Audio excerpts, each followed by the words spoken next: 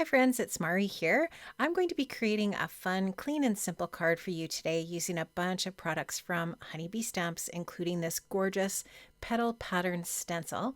I'm going to be using this stencil to create some texture on the background of my card front today. I love this stencil so much. It's got a really cool pattern, and I'm going to lay this over top of my card front that I have die cut out here with the A2 double stitched frames dies. And it's just a piece of white cardstock here. I have this on my waffle flower stencil mat, and I'm just going to lay the stencil over top. And now I'm going to be using this really pretty Stardust butter in pearl white from the Crafter's Workshop. You can find this in the Honeybee shop. This is just a really pretty glittery product that goes so nicely over top of a stencil, and it just leaves the most gorgeous pattern and texture on your card.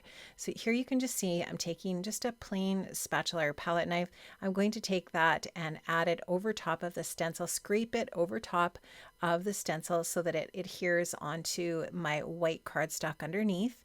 And this just takes a couple minutes and you'll be all finished, and I'll show you the peel reveal here as soon as I'm done scraping this on. Just going to scrape all the excess off and spread that onto the bottom of my paper, and that is all finished up. So I'm just going to do the peel reveal here and you'll be able to see just how lovely this looks. I'm going to hold this up to the camera when it's all dry, and just hopefully you can really see on the video here how gorgeous that beautiful stencil butter is. There, I'm just holding it up there so you can see it is absolutely stunning. And this is a really easy way to add some clean and simple texture to your card front. Now I'm going to back that with some foam adhesive here just to flatten it out. It did get just slightly warped, and I did obviously let this dry for a little bit because it doesn't dry like in seconds. So after about 10 minutes or so, I would say it was nice and dry. And I did use my heat tool to speed it up a little bit. I left it on my desk for a bit and then I came back and I finished drying it with my heat tool. And now it's all perfectly set up, and I've just added a little bit of liquid adhesive on top of my foam adhesive just to give me a little wiggle room time here. I'm going to add that to my A2 size card base. I love that my A2 double stitch frame die has allowed for a little white margin on my card base there. I just love how there's a little frame. And now I'm also going to be using this die set here.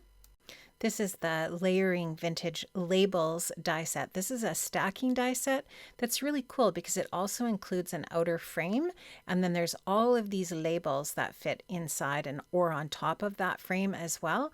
Super neat. And the largest separate die here has a little bit of a dot perimeter around it, and so I'm going to be using that piece.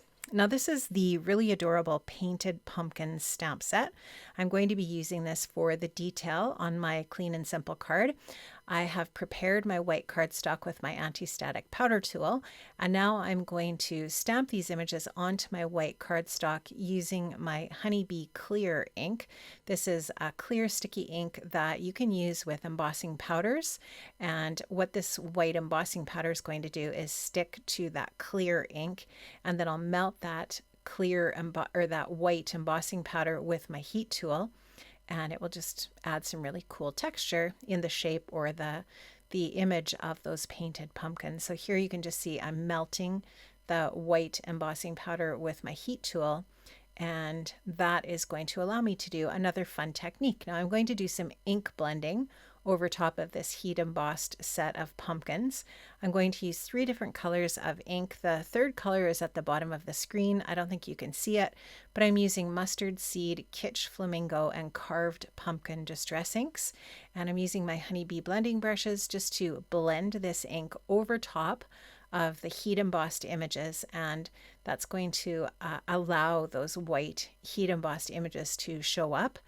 You can just see them slowly appearing. It's almost like a secret message is appearing on the paper as I apply this ink. And I did have a little bit of purple on this brush here, so you can see there's a little bit of purple in that one area, but that's fine. It's slowly but surely going to be taken over by that Kitsch Flamingo and the Carved Pumpkin and the Mustard Seed. And once I'm all finished, with blending those ink colors out, and I'm happy with how they look.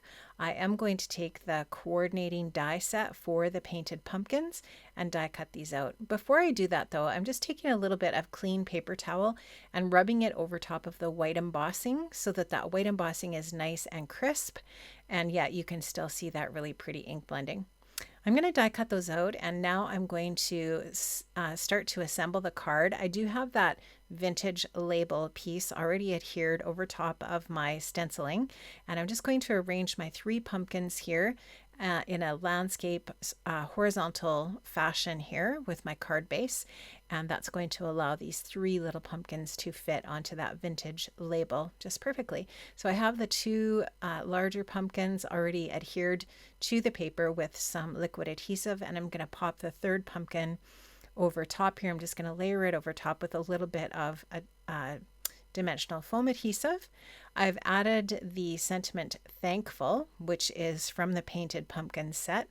I just stamped it out in black ink and used the coordinating dies to die cut that out. And I've added that onto the pumpkins in the lower area there.